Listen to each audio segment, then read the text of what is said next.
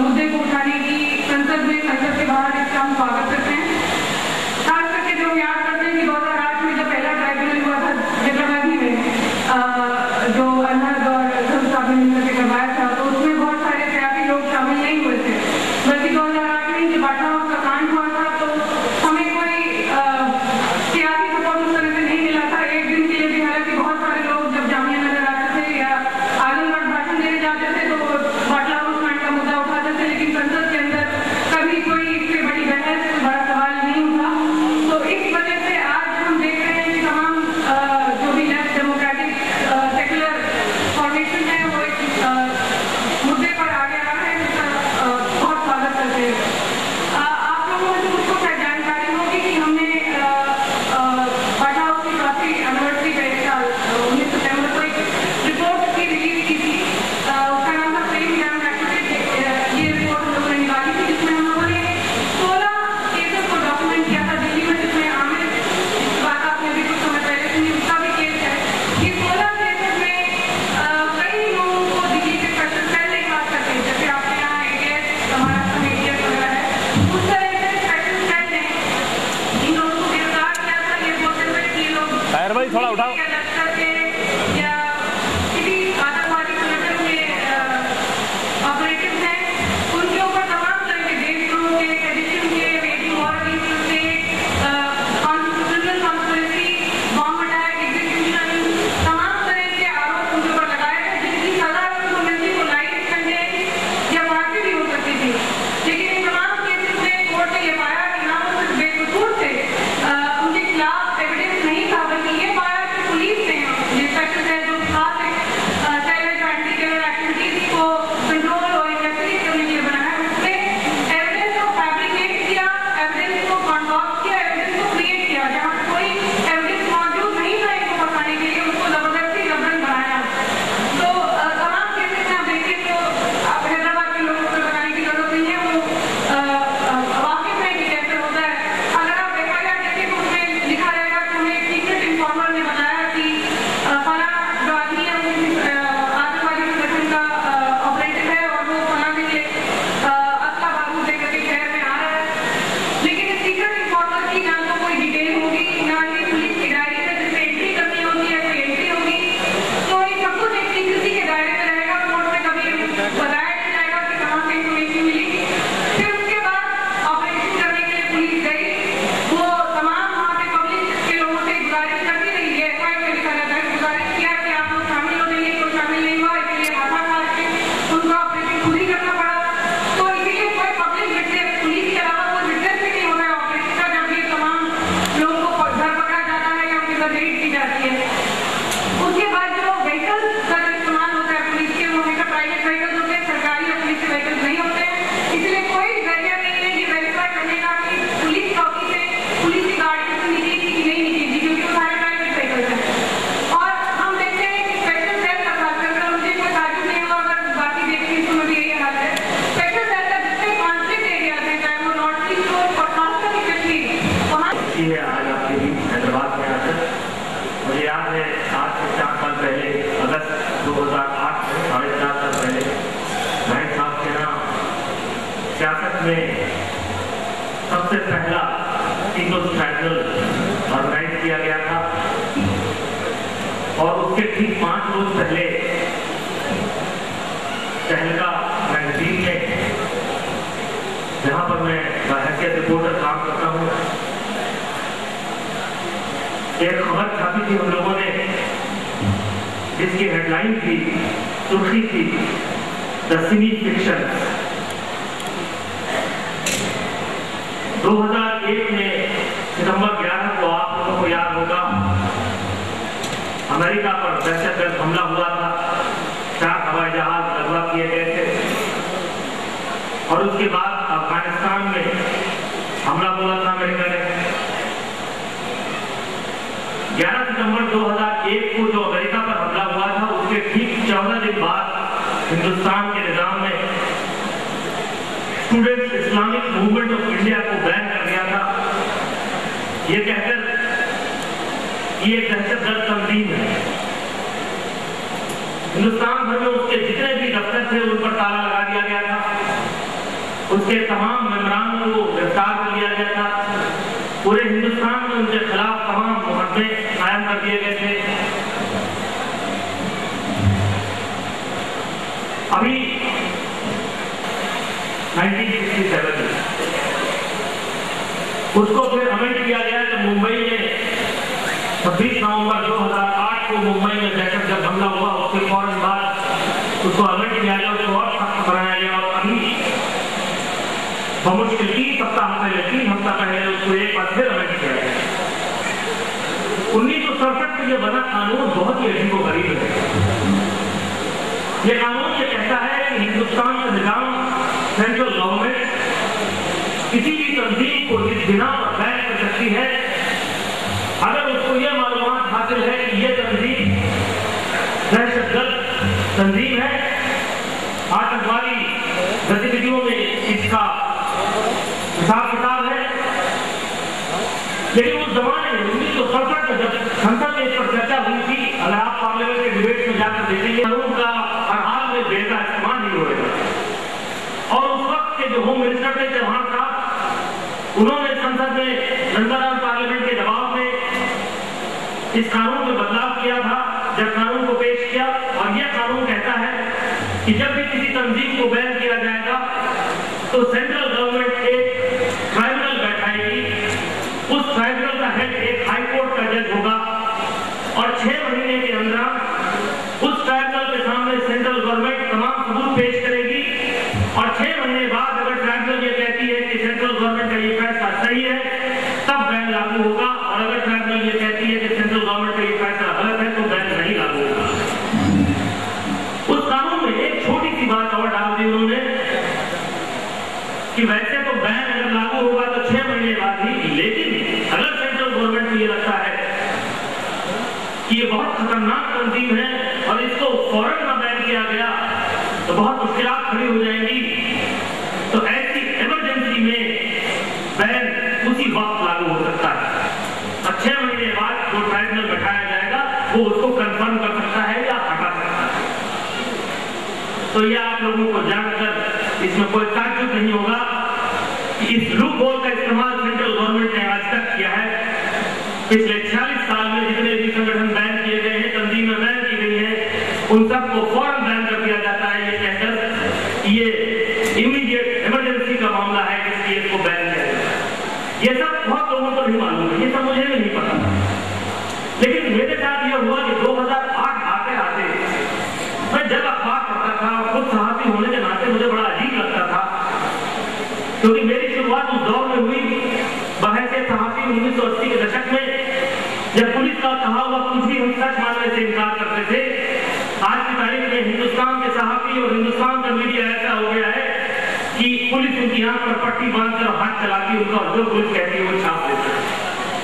तो जब सब जगह ये छपता था कि इस बम ब्लास्ट के बम धमाके के तार सिमी से लश्कर तैयबा से मिले हुए हैं, जुड़े हुए हैं, तो मैं खोजता था कि सिमी से कैसे तार जुड़े हुए, इसका कोई किसी भी किस्म का खुलासा किसी अखबार में किसी मीडिया में मिलता नहीं था। तो मैंने खोजना शुरू किया और फिर तब मुझे मालूम पड़ा, एक वकील से उनसे मिला मैं, सिमी के कुछ लोगों को मैंने खोजना शुरू किया, कोई मुझसे बात करने को तैयार नहीं था। इत्तेफाक की बात है ये महीना मार्च अप्रैल 2008 का है, कभी कभी सिमी को 4थी बार बैन किया गया था, क्योंकि ये बैन कानून कहता है ये बैन सिर्फ 2 साल चलेगा, क्योंकि आर्टिकल 19(1)A में हमें राइट टू एक्सप्रेशन है, आर्टिकल 19(1)C कॉन्स्टिट्यूशन में हमको राइट टू एसोसिएट है, कोई हमको एसोसिएट होने से नहीं रोक सकता, यानी एक साथ जमा होने से किसी तंजीम को कायम करने से नहीं रोक सकता। तो पार्लियामेंट में यह तय हुआ था 1967 में कि कोई ऐसा कानून नहीं बनाया जा सकता जिसके चलते पूरी जिंदगी आप किसी को बैन करते रहे तो कानून कहता है कि 2 साल के लिए बैन होगा और 2 साल के बाद दोबारा उस मुद्दे को रिविजिट किया जाएगा। तो सिमी को पहली बार लाल कृष्ण आडवाणी के मंत्रालय ने 2001 सितंबर में बैन किया। जैसे ही 2 साल खत्म हुआ 2003 में, आज रात खत्म हुआ, अगली सुबह फिर नोटिफिकेशन आ जाता है गवर्नमेंट ऑफ इंडिया को और सिमी को दूसरी बार बैन कर दिया जाता है। 2005 सितंबर आते आते सरकार बदल जाती है। 2004 में आपको याद है चुनाव हार जाते हैं, अटल बिहारी वाजपेयी की एनडीए सरकार और यूपीए की सरकार कायम होती है। 2005 सितंबर में जब तीसरा बैन लगने की बात आती है सिमी पर, तो उस वक्त होम मिनिस्ट्री चुप्पी मार जाती है। मुसलमान बड़े खुश होते हैं, सिमी के लोग बड़े खुश होते हैं, उनको लगता है कि अब बैन आगे नहीं लगेगा। लेकिन शिवराज पाटिल जब गृह मंत्री थे, उन्होंने फरवरी 2006 में तीसरा बैन लगा दिया। हर बार एक हाईकोर्ट का जज बैठता है, हर बार एक ट्राइब्यूनल बनाया जाता है, हर बार ट्राइब्यूनल के सामने सबूत पेश किए जाते हैं, हर बार ट्राइब्यूनल के सामने सिमी के मेंबरान आके अपनी बात रखते हैं और हर बार वो ट्राइब्यूनल अपहोल्ड करता है उस सेंट्रल गवर्नमेंट के फैसले को। और हर बार सिमी के वकील सुप्रीम कोर्ट में जाते हैं उस फैसले के खिलाफ। 2001 में जो फैसला आया उसके खिलाफ सुप्रीम कोर्ट में गए, 2003 में जो फैसला आया उसके खिलाफ सुप्रीम कोर्ट में गए, 2006 में जो फैसला आया उसके खिलाफ सुप्रीम कोर्ट में गए। वो दिन और आज का दिन, आज तक सुप्रीम कोर्ट ने इन तीनों केसेस की पहली हियरिंग तक नहीं की है। 2008 में जब मुझे इसका मालूम पड़ा, एक ट्राइब्यूनल होती है, जब मैंने बैठ के कानून पढ़ा तब मुझे पता चला कि ट्राइब्यूनल ने बैठना शुरू किया है, तो मैंने उस ट्राइब्यूनल में जाना शुरू किया। ट्राइब्यूनल का रवैया ये था कि पूरे हिंदुस्तान में घूमती है जगह जगह ट्राइब्यूनल। यहाँ हैदराबाद में भी आई थी, मैं यहाँ भी आया था, त्रिवेंद्रम गई, मैं वहां गया, राजस्थान गई, मैं वहां गया, मध्य प्रदेश भोपाल में गया, मुंबई में गया, औरंगाबाद में गया, सब जगह मैं अकेला सहाफी होता था। हैदराबाद में जरूर है कि 2-4 सहाफी आए थे।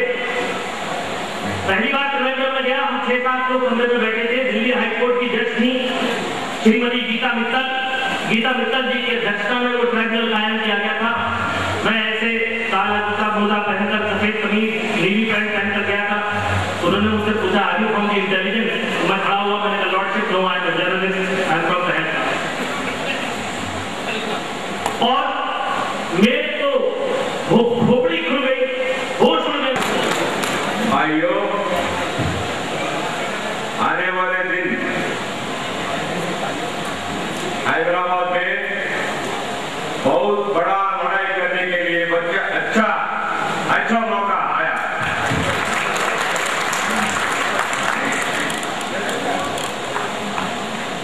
My dear friends, please excuse me, I am unable to speak freely Urdu. I am always happy to get myself associated with our Muslim friends. My dear friends, today in our country, as well as Hyderabad, no security for Muslim friends. Now the situation is much more boiling. Yesterday I visited Old City. Situation is boiling. Unnecessarily, the government is using its force against the Muslim youth in Old City. I would like to demand this government to come out with a proper action against those people who instigated communal violence. कई बार आना जाना तो हुआ, लेकिन आपसे रूबरू होने का, आपको मुखातिब करने का, आपको सुनने का, आपसे मिलने का ये मेरा पहला मौका है। मैं बड़ा खुशनसीब हूँ कि आपके सामने हूँ और यकीनन हैदराबाद की आवाम मुबारकबाद के लायक है जो इतनी बड़ी तादाद में आज यहाँ इस अहम मुद्दे पर जमा हुई है। और खासकर मैं देख रहा हूँ कि खवातीन एक बड़ी तादाद में शामिल हैं, ये और भी खुशी की बात है। इसलिए मैं यहाँ मौजूद उन खवातीन और लोग कुछ शरीर वक्त की वजह से या जो उनको खासतौर पर मुखातिब करना चाहता हूँ कि आपकी लड़ाई में आपके आपको को पहुँचने में दिल्ली से आपका एक बेटा, आपका एक भाई आया है और वो अकेला नहीं, उनके साथ एक बड़ी तादाद है। अजीत भाई बदन साहब और तमाम साथी हमारे हैं जो इस लड़ाई में आपके शामिल हैं। अब तक बड़ी अच्छी अच्छी बातें हो रही थी, मैं जो कहना चाहता हूँ वो थोड़ी सी अलग है, मुझे माफ करिएगा, लेकिन मैं आपको यकीन दिलाता हूँ कि मैं ज़्यादा वक्त नहीं लूँगा क्योंकि मुझे वक्त भी अंदाजा है कि खाने का वक्त होने वाला है और हमारे बुजुर्ग अभी बोलने वाले हैं जो इतनी भी जमीन के साथ आप बैठे हैं और ये बैठे हैं। असल तुम्हारा जान दिए बात जो लोग औचक से गुजरे उस नौजवान को आप क्या समझाएंगे, कैंप में किसी आदमी को आप क्या समझाएंगे और दिल्ली में 84 के सिख को आप क्या समझाएंगे कि क्या इस मुल्क का कानून यकीनन क्रिश्चियन के लिए, मुसलमानों के लिए, हिंदुओं के लिए, सिखों के लिए, पारसियों के लिए, यहूदियों के लिए एक बराबर है। हम कहते हैं कि है, लेकिन जब अगर उसका तज्जिया करते हैं तो यकीनन वो कानून अलग अलग लोगों के आता है कि हम बात और हम सीपीएम के बारे में भी कहते हैं। मैं माफी चाहता हूँ अपने कांग्रेस साथियों से, केरल सरकार का अगर जिक्र करेंगे वहाँ कम्युनल राइट्स में जो सरकार का रवैया मुसलमानों के खिलाफ रहा है तो वो बहुत अच्छा नहीं रहा है। इसलिए ये लड़ाई ही बेकार है कि मुसलमानों की कौन सी हमदर्द पार्टी है और कौन नहीं है। अब रहा सवाल कि जब अभी ऐसा है तो आप ये कहेंगे कि सिद्ध किया क्या जाए। मंजर भोपाली का एक बड़ा मशहूर शेर है, मर जाएंगे जालिम की अताअत न करेंगे, मर जाएंगे जालिम की अताअत न करेंगे, ऐलान ये करना है मगर कौन करेगा। सवाल तो यह है कि ऐलान कौन करे।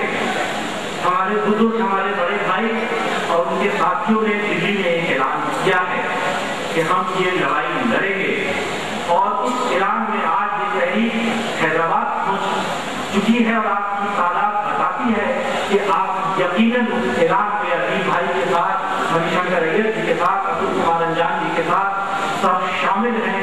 आपकी बड़ी तादाद देखकर यकीन मानिए बड़ी हिम्मत होती है, बड़ी तस्वीर होती है कि शायद हिंदुस्तान के मुसलमानों का और हर वो शख्स वो दवा कुचला, चाहे वो छत्तीसगढ़ का आदिवासी हो, चाहे झारखंड का आदिवासी हो, चाहे नॉर्थ ईस्ट का कोई क्रिश्चियन हो, चाहे उड़ीसा का कोई क्रिश्चियन हो, चाहे गुजरात का कोई क्रिश्चियन हो, हर वो आवाज अगर जुट जाए जैसा कि हमारे साथी मदद हुसैन साहब ने किया तो यकीनन ये लड़ाई बड़ी आसान हो जाएगी। लेकिन अब सवाल यह है कि जब मुसलमान कुछ करता है तो वो कैसे अपनी लड़ाई लड़ता है। हम लोग जब छोटे छोटे थे या भी कोई नतीजा निकलता है तो देखते हैं कितना मुसलमान आया, कितने इंजीनियर बन गए। आपको जब सिविल सर्विसेज के रिजल्ट निकलते हैं तो उसमें नाम के साथ रिजल्ट निकलता है, हम देखते हैं 16 मुसलमान आया, 32 मुसलमान, 34 मुसलमान, हम बहुत खुश होते हैं। लेकिन खुदा के लिए आपके एमएलए और एमपी की तादाद पर मुसलमान की ज्यादती होने पर खुश मत होइए, खुदा के लिए खुश मत होइए। मैं आपको सिर्फ 2 मिसाल देता हूँ। 1980 के पार्लियामेंट में आज तक इंडिपेंडेंट इंडिया में सबसे ज्यादा मुसलमान थे। अगर मैं गलत नहीं हूँ तो गालिबन 48 या 50 मुसलमान थे और उस डिकेड में मुसलमानों के खिलाफ सबसे वर्स्ट वाइल्स हुए हैं, चाहे वो बिहार शरीफ का दंगा हो, मुरादाबाद का दंगा हो, मरियाना का दंगा हो, तो मुसलमान नंबर 30 अगर तादाद बढ़ जाएगी, खुदा के लिए खुश मत होइए। आज इंडिपेंडेंट इंडिया में यूपी में 69 मुस्लिम एमएलए हैं, 69, 70 एमएलए बड़ी तादाद होती है 400 के हाउस में। जब से अखिलेश यादव की सरकार बनी है 9 दंगे हो गए हैं, 9 दंगे। इसलिए आपका एमएलए मुसलमान हो ये आपका मसले का हल नहीं है। आपका लीडर मणिशंकर हो तो आप उम्मीद कर सकते हैं किसी मुसलमान से उम्मीद मत करेंगे। यूपी के बड़े मुसलमान लीडर हैं, मैं नाम नहीं लेना चाहता हूँ लेकिन आप सब समझदार हैं, उनके हिस्से में वेस्टर्न यूपी के 4 जिले हैं। कुछ महीने खबर आई तो उनसे मेरठ का चार्ज वापस ले लिया गया है। उन्होंने इस्तीफे की धमकी दे दी कि साहब अगर मुझसे मेरठ जिला ले लिया गया तो मैं इस्तीफा दे दूंगा। उसी सरकार में वो बड़े वजीर हैं, बड़े नेता हैं, 9 दंगे हो गए, एक जुमला बयान नहीं आया। ऐसे मुसलमान को खुदा के लिए अपना लीडर मत मानिए और एमएलए की तादाद मत बढ़ाइए। आप अपने मुद्दे को आगे रखिए। आप ये तय करिए कि मुसलमानों के हवाले से कोई अछूत नहीं है। हमारी ये 10 मांग है, अगर नरेंद्र मोदी मेरी 10 मांग पूरी करेगा हम उसको वोट देंगे। ये खुदा के लिए किसी पार्टी को अपनी जागीर मत बनने दीजिए। मैं आपके सामने हाथ जोड़ता हूँ। डेमोक्रेसी में मुद्दे अहम होते हैं। किसी का अकीदा, किसी का मजहब, किसी का कास्ट फैक्टर नहीं होना चाहिए। अगर मणिशंकर आपकी आवाज उठाते हैं इनको जिताइए, नहीं उठाते हैं इनकी जमानत जब्त करा दीजिए। खुदा के लिए किसी मोहम्मद इकबाल को इसलिए वोट मत दीजिए कि वो मुसलमान है। आप आंख खोलिए। डेमोक्रेसी में कोई किसी का दुश्मन नहीं होता। डेमोक्रेसी में हक लेना पड़ता है। आपकी ताकत सिर्फ आपका वोट है। और आपको मैं सिर्फ ये बात खत्म कर दूं, पटना हाउस इनकाउंटर के 2 महीने 10 दिन के बाद दिल्ली में चुनाव हुए। पटना हाउस ओखला असेंबली में 60% मुसलमान हैं। सारी दुनिया में ये कहा जा रहा था कि मुसलमान नाराज हैं। आपको जानकर बहुत अफसोस होगा, उस 2 महीने 10 दिन के बाद भी वहां से कांग्रेस जीत जाती है। बस मैं इससे ज्यादा कुछ नहीं कहना चाहता हूँ। बहुत शुक्रिया। इकबाल साहब के जो मेरे भाइयों और बहनों यहाँ पर मौजूद है उनको आदाब करता हूँ। फिर उसके बाद मंच पे जो लोग हैं उन लोगों की यहाँ पर आपका प्रेस नोट भी लिखा हुआ है। सिर्फ ये बोल के एक छोटा सा गीत सुना के जाऊँगा। बिकॉज ऑफ माई हेल्थ मैं लॉस्ट माई वॉइस का प्रॉब्लम है। तो इसके अंदर to appeal to the CM to bring in reforms in police manual and into the police force that we to prevent state terrorism and indulgence and unlawful arrest of the innocents on the grounds of suspicion. The criminal सरकार आपकी system उसको terrorist बना, फिर आपको क्या बोलना है? इसी क्वेश्चन नंबर 1। नंबर 2, सिस्टम ऐसा है कि अब 15% दलित है, 14% कुछ मुस्लिम है, 7% ट्राइबल्स है, 100 लाखियां हैं और 52% बीसी यहाँ 2% है। कभी भी सेक्युलर कंट्री के अंदर ये लोग यहाँ पर नहीं आए, उसलिए अपने पर दबाव है। This is true. और तीसरी बात तीसरी कुछ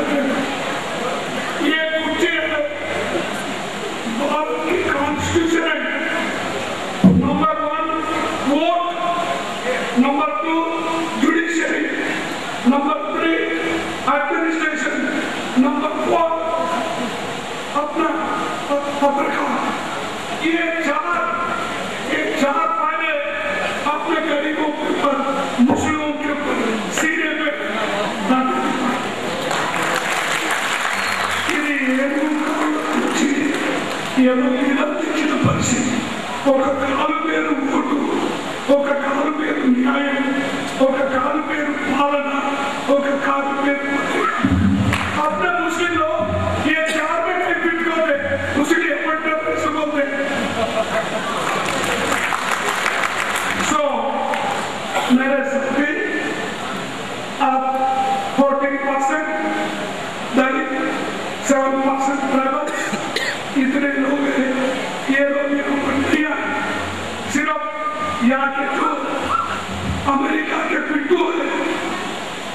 वो लोग यहाँ पर बैठे हैं, तो मैं ये रिक्वेस्ट करता हूँ कि ये सब लोग ये कोई